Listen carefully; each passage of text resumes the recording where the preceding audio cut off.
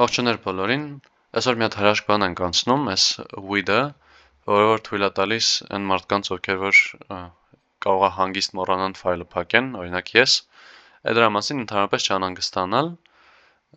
ինչ է կատարվում with-ով, երբ որ կոդը գրում ենք այս with open file ֆայլի մեջ, տողի մեջ, մի խոսքով տեսական դասը նայել եք երևի, այս սրա մեջ կատարվող բաներից հետո ավտոմատ ինքը ֆայլը փակում այլ, կարիք չկա, որ մենք գրենք f-get close, ինչը հրաշք բան է, անցնենք ընտրին, մի քիչ վարժվենք, մեզ պետք է գրել այս numbers.txt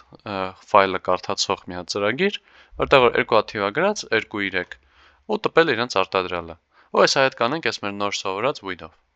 գնացինք, դե, այն ժամանակ եթե կգրեինք f-ը հավասարը open ու ասենք այս numbers.txt հիմա այսա փոխվում է այսպես գրում ենք with հետո այստեղ գայս է այս open numbers.txt-ը հետո դրանից հետո գայս է as այսինքն որպես ու գրում ենք թե ինչ փոփոխականի մեջ ենք ուզում իմ բան գրում ենք f հիմա դե պետք է սովորականի նման արդեն կարդանք content-ը թող հավասար լինի f-get read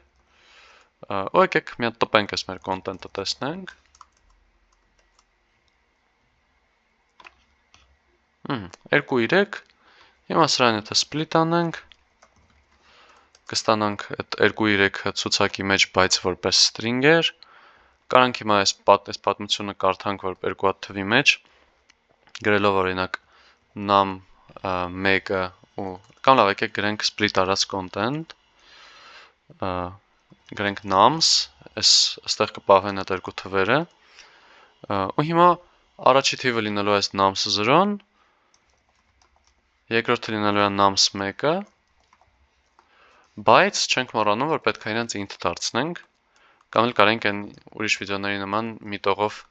list comprehension-ով ամեն ինչ int դարձնենք ու դրա հետ արդեն գործանենք բայց լավ, ոստեղ մնում է մի հատ print գրենք ու եկեք աշխատացնենք Թեստը անցանք, նկատեք, որ էլ չենք գրում f-get close, որտև այսրանից դուրս, այստեղ արդեն այս մեր բանը փակված է, ֆայլը արդեն փակ է,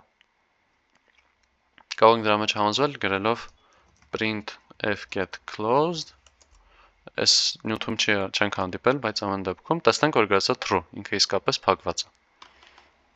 այս ուղղակի նշում էր կողքից, հաջողներ ժողովուրդ